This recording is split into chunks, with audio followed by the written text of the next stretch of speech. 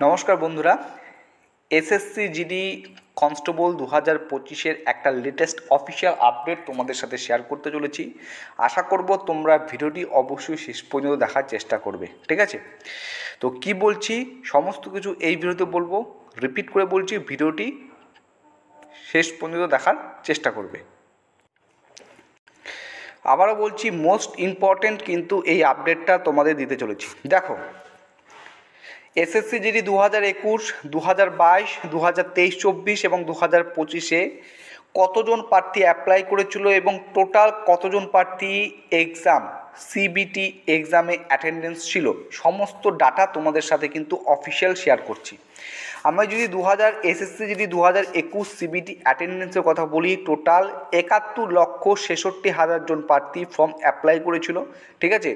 যেখানে সিবিটি এক্সামে উপস্থিত প্রার্থীর সংখ্যা ছিল 39.93 লক্ষ। এটাকে যদি আমি পার্সেন্টে করি তাহলে সেই শতাংশ দ্বারা হচ্ছে 55%, অর্থাৎ 55%।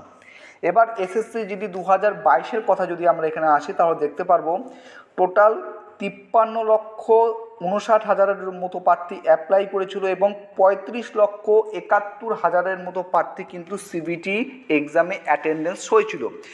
শতাংশের বিচারে প্রায় 67%।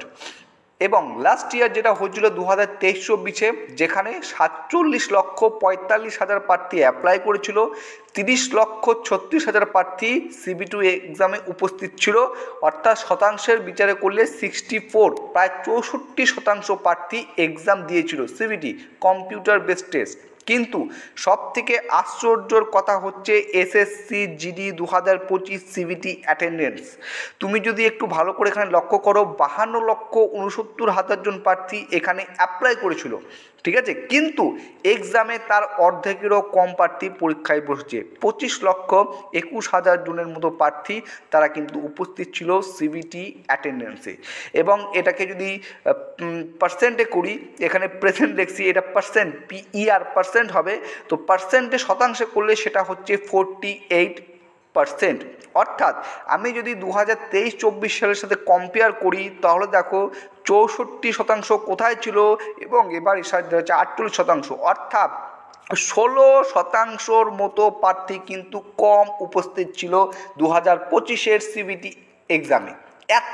এত কম কেন? আমি যদি চারটা 2021, 22, 23, 24 এবং 25-এর যদি চারটার সাথে তুলনা করি তো সবথেকে কম প্রার্থী উপস্থিত হয়েছে সিবিটি এক্সামে হচ্ছে 2025-এ এবছর। তো স্বাভাবিকভাবে মনে একটা প্রশ্ন জাগে, তাহলে এবছর নিশ্চিতভাবে এবছর কাট অফ কিন্তু কম যেতে চলেছে। মনে প্রশ্ন জাগে কি না? আমার প্রশ্নের উত্তর দাও। মনে অবশ্যই তোমাদের এটা নিয়ে প্রশ্ন জাগে।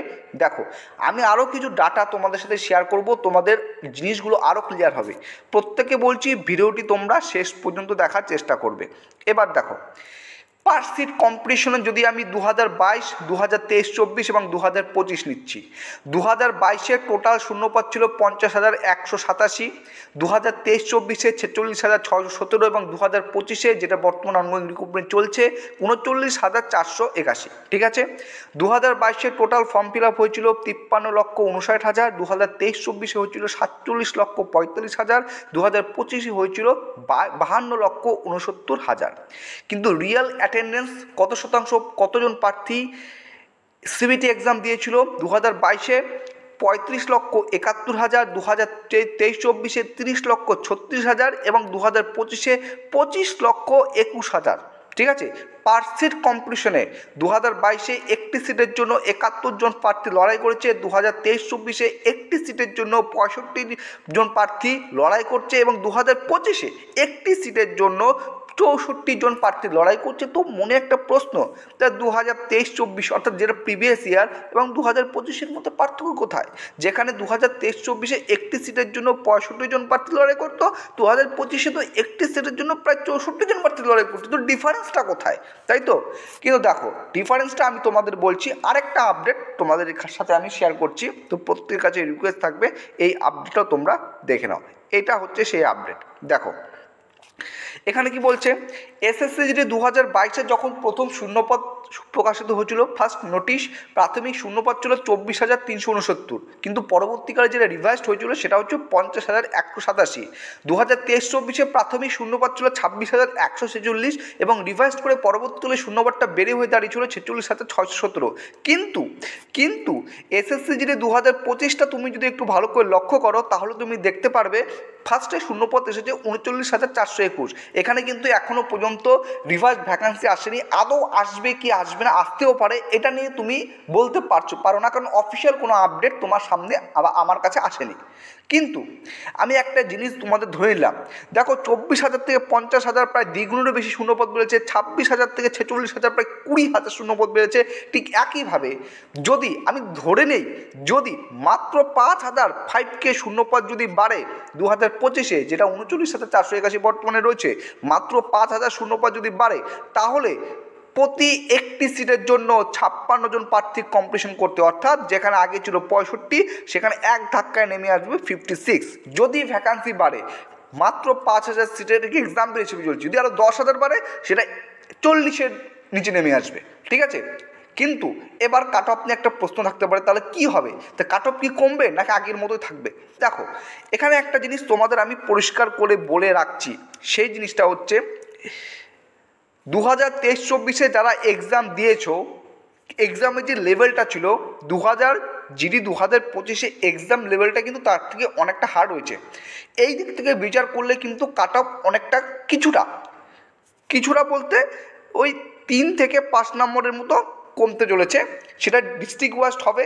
বর্ডার ডিস্ট্রিক্টের ক্ষেত্রে এর আগেও বলেছি, যেটা আমার অনুমান যে এবার বর্ডার ডিস্ট্রিক্টের ক্ষেত্রে যে কাট অফ, সেটা লাস্ট ইয়ারের যে বর্ডার ডিস্ট্রিক্ট কাট অফতে কম যাবে একটু হলেও, এবং 2023-24 জেনারেল ডিস্ট্রিক্টের যে পিএসটি কাট অফ দিয়েছিল তার থেকে এবছর এসএসসি 2025 পিএসটির কাট অফ তার থেকে একটু হলেও বেশি যাবে, এটা হচ্ছে আমার অনুমান। ঠিক আছে, এবার আরেকটা প্রশ্ন মনে জাগে, তাহলে এত কম কেন হলো, তাই না? এত কম প্রার্থী কেন এক্সামে প্রেজেন্ট ছিল? এর কারণ বিভিন্ন ধরনের কারণ আছে। দেখো, এর কাট অফ কিন্তু স্টেট ওয়াইজ হয়। ঠিক আছে, এর কাট অফ কিন্তু স্টেট ওয়াইজ হয়। আমি যদি ইউপির কথা বলি, তো ইউপি পুলিশ কনস্টেবলে মনে হয় 60,000-এর মতো কনস্টেবল নেওয়ার নিয়োগ, সেই ব্যাপারটা ছিল। বিহারে যদি বলি, সেই একইভাবে বিহার পুলিশে নিয়োগ বা বিহারের যে পাবলিক সার্ভিস কমিশনের যে বিভিন্ন এক্সাম রয়েছে, হতে পারে সেখানে বিভিন্ন সংখ্যক প্রার্থী সেই এক্সামে, নিজের স্টেটের এক্সামে দিয়েছে। এজন্য হতে পারে সেই সব রাজ্যের প্রার্থীরা এক্সাম দিতে, এই জিডি এক্সাম দিতে খুব একটা আগ্রহ প্রকাশ করেনি, এটা হতে পারে। ঠিক আছে, কিন্তু আমি ওয়েস্ট বেঙ্গলের কথা বলি, যেটা আমার মনে হচ্ছে, যারা ওয়েস্ট বেঙ্গলের প্রার্থী রয়েছে এবং যেহেতু এর জিডি কাট অফটা স্টেট ভিত্তিক হয়ে থাকে, তো আমার যেটা মনে হচ্ছে যে ওয়েস্ট বেঙ্গলের ক্ষেত্রে খুব একটা বেশি ফারাক পড়বে না। হ্যাঁ, কাট অফ এর আগেও বলেছি, এর আগের ভিডিওটা ওইটাই আমার ফাইনাল কাট অফ, খুব একটা বেশি ফারাক পড়বে না। যদি এখানে মনে করো WBP constable, WBP sub inspector, jail police বা এসএসসি প্রাইমারি বা নিয়োগ, যে শিক্ষক নিয়োগ যদি এগুলো থাকতো, তাহলে হতে পারে এক্ষেত্রে জিনিসটা একটু কম হতো। ঠিক আছে, তো বর্তমানে এই ক্ষেত্রে কিন্তু নিয়োগ রয়েছে, কিন্তু ওবিসির জন্য কেস আটকে রয়েছে।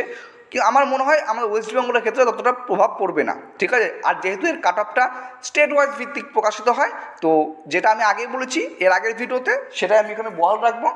এটুকুই হচ্ছে আমার ভিডিও। যদি আমার ভিডিওর সাথে একমত হয়ে থাকো তাহলে অবশ্যই কমেন্ট করবে। মনে করো ইউপি, বিহার, রাজস্থান, এই সব যে ডিস্ট্রিক্টগুলো আছে, এই সব ডিস্ট্রিক্টের ক্ষেত্রে কাট অফটা কিছুটা হলেও কমতে পারে, 1 পয়েন্ট সামথিং 2-3 নাম্বার হলেও কমতে পারে। ঠিক আছে, নাহলে হঠাৎ করে 2023-24 64% প্রার্থী সিবিটি এক্সাম দিয়েছিল, সেটা 2025 হঠাৎ করে 48% প্রার্থী নেমে আসলো। অর্থাৎ কি সবাইকে চাকরি হয়ে গেছে? না, এটা না।